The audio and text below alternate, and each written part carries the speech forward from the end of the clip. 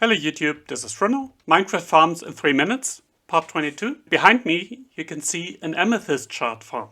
We have dug out the geode so that only the budding amethyst blocks are left. We use obsidian blocks to mark the position of the amethyst blocks. Obsidian can't be pushed by flying machines and also it doesn't stick. These two budding amethysts here in the middle align perfectly to these two obsidian blocks. So the obsidian basically has two objectives. First, it marks the position of the budding amethysts, and also it serves as protection. The design goes back to a video from Ilmango. I won't give you a world download because each of these farms are highly individual.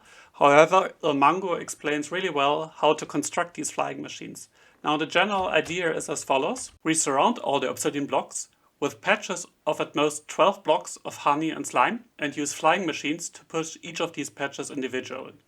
So once we start this flying machine here for example will push this slime cluster all the way until it stops, which is here at the obsidian, and then it will return. We can do this on 3 sides. X direction, Z direction and Y direction. Even from all 3 directions you won't get 100% of the amethyst charts because some are just hidden behind other budding amethyst blocks. With 2 directions you get usually about 80 to 85% of all the amethyst charts. If you go to the trouble of digging out the geode, it's worth doing 2 directions.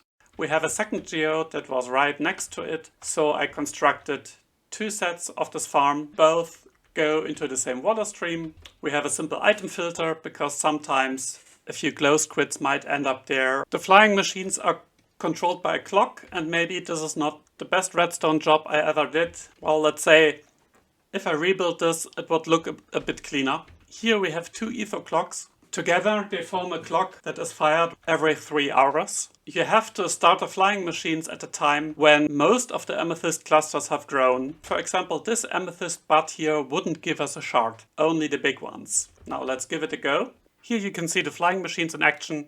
I have constructed them in a way that I can start each of the flying machines individually, which helps a lot during testing, but it does take a bit of additional time to design this. You have to make sure that no flying machine is adjacent to any of the slime pushers in front.